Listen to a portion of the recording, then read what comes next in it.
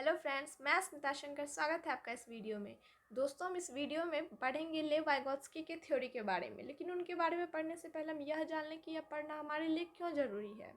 तो वाइगोत्स्की के थ्योरी के बारे में पढ़ना हमारे लिए बहुत ज़रूरी है, क्योंकि इससे हर एक टीटी के एग्ज़ाम में, चाहे वो सीटेट हो, सुपर टेट हो, एमपी टेट हो, रीट हो, किसी भी स्टेट का टीटी का एग्ज़ाम हो, इससे 4 से 5 नंबर के प्रश्न पूछे जाते हैं।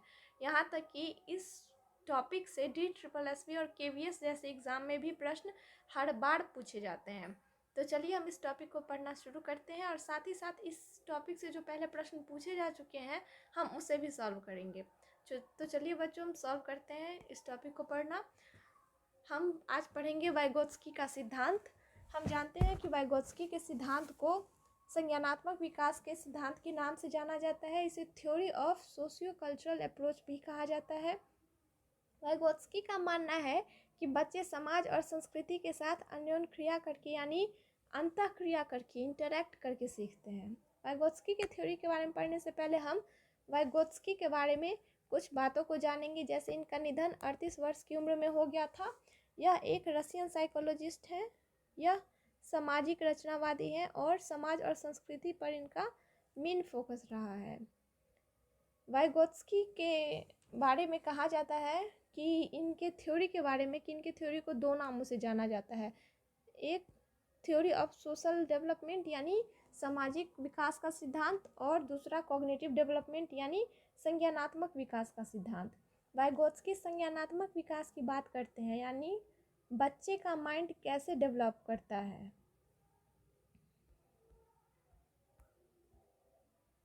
इस वाइगोत्स्की के सिद्धांत के नाम से एक प्रश्न आया था। यह प्रश्न HTET के एग्जाम में पूछा गया था।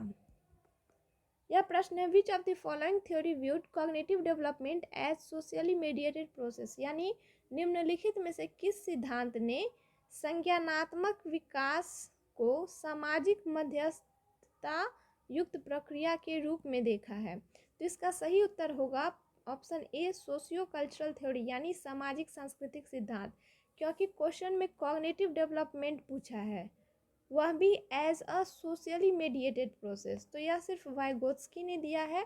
तो इसका सही आंसर होगा ऑप्शन ए यानी सोशियो कल्चर। इसे सिंपल लैंग्वेज में अगर पूछा रहता तो पूछा रहता कि वाइगोत्स्की की थ्योरी का नाम क्या है, तो हम हमेशा याद रखेंगे कि वाइगोत्स्की की थ्योरी का नाम है सोशियो कल्चरल थ्योरी। आपको यह किसी भी टाइप से घुमा के पूछ सकता है, तो आपको हमेशा इनकी थ्योरी का नाम याद रखना है। अगला है, इन्हें सामाजिक रचनावाद यानी सोशल कंस्ट्रक्टिविज्म भी कहा जाता है। मतलब बच्चा समाज में जुड़कर अपने ज्ञान का निर्माण करता है।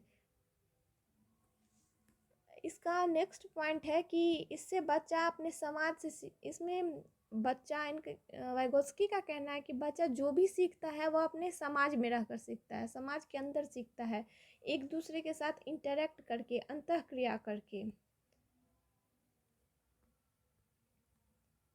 आगे वाइगोत्स्की ने डेवलपमेंट के बारे में कुछ बातें की हैं। वह यह है कि वाइगोत्स्की कहते हैं कि बच्चे का विकास जो प्रभावित होता है उसका 3 मेन कारण है। पहला संस्कृति, दूसरा लैंग्वेज, और तीसरा सामाजिक संपर्क। तो आपको हमेशा इसे याद रखना है। इट्स वेरी वेरी इम्पोर्टेंट, क्योंकि इससे प्रश्न पूछे जा चुके हैं और आगे भी एग्जाम में प्रश्न पूछे जाएंगे। इससे इस प्रकार से प्रश्न पूछा गया है कि वाइगोत्स्की ने बच्चे के विकास को प्रभावित करने के लिए किसे इम्पोर्टेंट माना है। 4 ऑप्शन दे देगा और इसमें से कोई एक ऑप्शन, किसी एक ऑप्शन में इन तीनों में से किसी एक का नाम दे देगा और आपको वो चुनना रहेगा। तो आप तभी चुन सकते हैं जब आपको इन तीनों का नाम याद रहेगा। तो आप हमेशा याद रखिए कि बच्चे के विकास को 3 चीज़ अफेक्ट करते हैं वाइगोत्स्की के अनुसार। पहला है संस्कृति, दूसरा है भाषा, और तीसरा है सामाजिक संपर्क, कल्चर, लैंग्वेज और सोशल इंटरेक्शन। आगे बढ़ते हैं। अगला आगे क्वेश्चन है कि अकॉर्डिंग टू वाइगोत्स्की बच्चे कैसे सीखते हैं। परिपक्व होने से, अनुकरण करने से, वयस्कों और समवयस्कों के साथ परस्पर क्रिया करने से, या जब पुनर्बलन प्रदान किया जाता है। तो हम अभी पढ़ के हटे हैं कि बच्चे वयस्कों और समवयस्कों के साथ परस्पर क्रिया करके सीखते हैं, यानी by interacting with adults and peers. तो इसका सही उत्तर होगा ऑप्शन सी। अगला क्वेश्चन वही है जिसकी मैं अभी बात कर रही थी कि वाइगोत्स्की बच्चे के सीखने के किस कारक पर बल देते हैं। Vygotsky emphasized the significance of the play by which of the following factor in the learning of children। तो अभी हम पढ़े हैं कि इसका सही उत्तर होगा सोशल। एक बार हम फिर से रिवाइज कर ले कि वाइगोत्स्की 3 चीज़ पे फोर्स डाले हैं। पहला कि बच्चे की लर्निंग को प्रभावित करता है वो है कल्चर, बच्चे के डेवलपमेंट को, दूसरा है लैंग्वेज और तीसरा है सोसाइटी बच्चे का। चलिए आगे बढ़ते हैं। अगला है topic social learning proceed development. इस टॉपिक से इस बार भी सीटेट में क्वेश्चन आया था कि वाइगोत्स्की के अनुसार पहले क्या आता है, पहले सामाजिक अधिगम आता है या पहले विकास आता है। तो हमेशा याद रखेंगे कि वाइगोत्स्की के अनुसार पहले बच्चे का सामाजिक अधिगम होता है, उसके बाद बच्चे का विकास होता है। और आप सभी लोगों में से बहुत कम ही बच्चे यह जानते होंगे जो भी मैं बताने जा रही हूँ कि वाइगोत्स्की ने कहा है कि बच्चे का विकास 2 बार होता है। एक बार होता है सामाजिक स्तर पर। सामाजिक स्तर पर जब बच्चे का विकास होता है तो इसे कहा जाता है अंतर व्यक्तिगत यानी इंटर साइकोलॉजिकल डेवलपमेंट, और दूसरा होता है व्यक्तिगत स्तर पर। व्यक्तिगत स्तर पर जो बच्चे का विकास होता है उसे अंतरा व्यक्तिगत यानी इंट्रा साइकोलॉजिकल डेवलपमेंट कहा जाता है। तो एक बार हम फिर से यह देख लें कि बच्चे का विकास वाइगोत्स्की के अनुसार 2 बार होता है। पहला सामाजिक स्तर पर, दूसरा व्यक्तिगत स्तर पर। सामाजिक स्तर पर होता है उसे अंतर व्यक्तिगत इंटर साइकोलॉजिकल कहते हैं, और व्यक्तिगत स्तर पर जो होता है उसे इंट्रा साइकोलॉजिकल यानी अंतरा व्यक्तिगत कहते हैं। तो यह आपको हमेशा याद रखना है। चलिए इसे जो प्रश्न आ चुका है वो देखते हैं। यह प्रश्न इस बार बहुत लोग गलत करके आए हैं सीटेट के एग्ज़ाम में, क्योंकि उन्होंने अब तक ये पढ़ा ही नहीं था। यहाँ पूछा है कि which of the following statement best summarises the relationship between development and learning as proposed by Vygotsky. तो इसका मतलब पहले हम समझ लें। इसका मतलब है निम्नलिखित में से कौन सा वाइगोत्स्की के अनुसार प्रस्तावित विकास तथा अधिगम के बीच संबंध का सर्वश्रेष्ठ रूप में सार प्रस्तुत करता है। तो इसका सही उत्तर होगा ऑप्शन बी, विकास प्रक्रिया अधिगम प्रक्रिया से पीछे रहती है।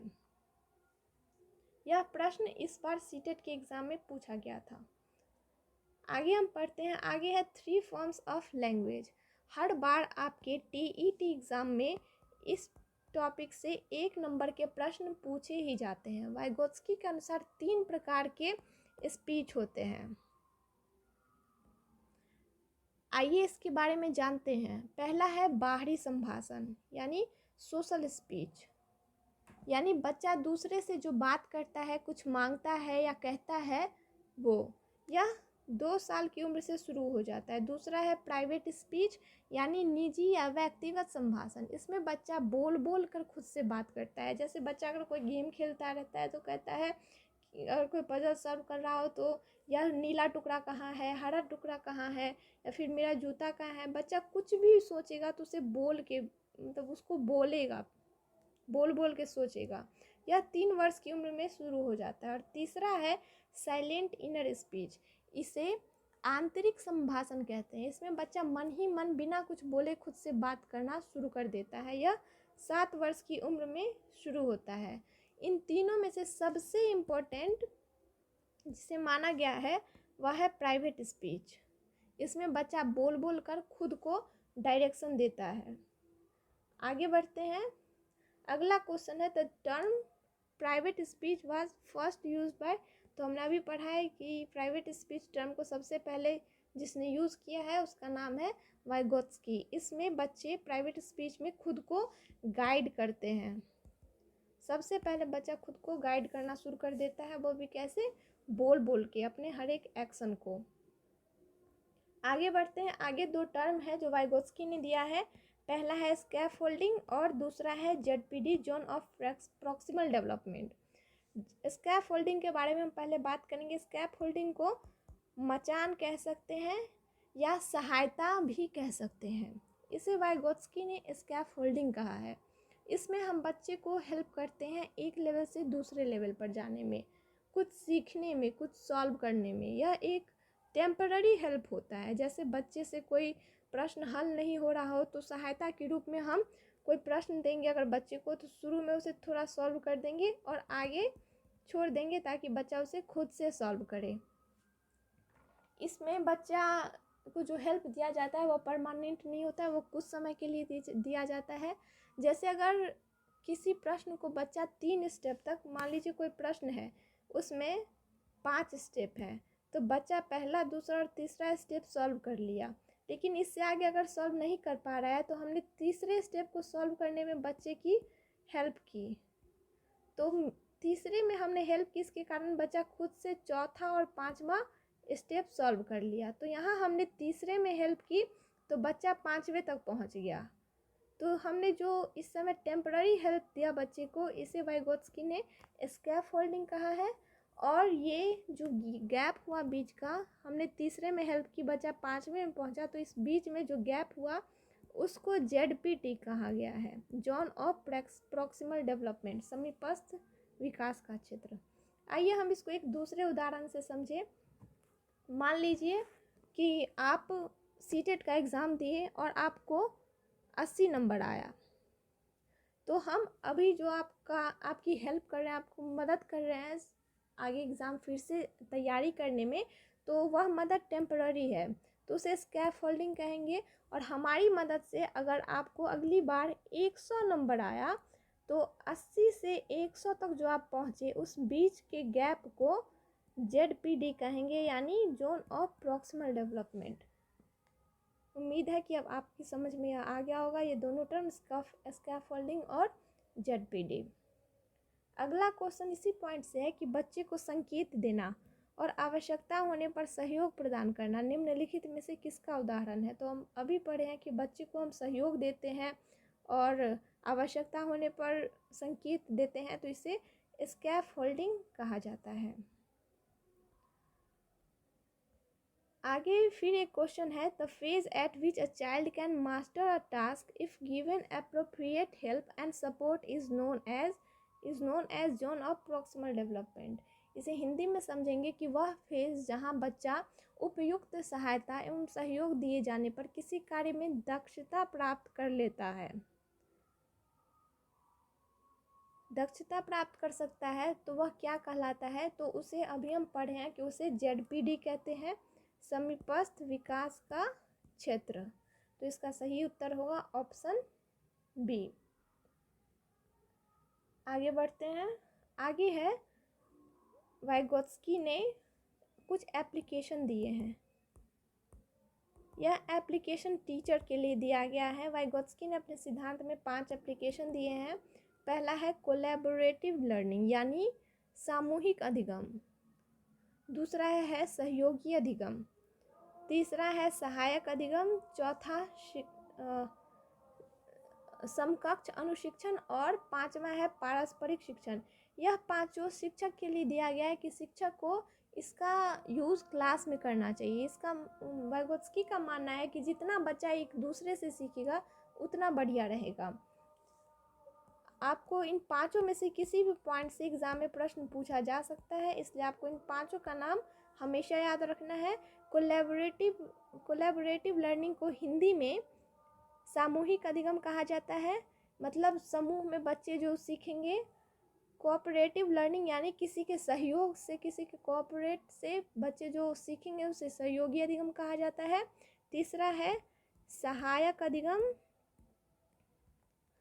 चौथा है समकक्ष अनुशिक्षण और 5वां है पारस्परिक शिक्षण।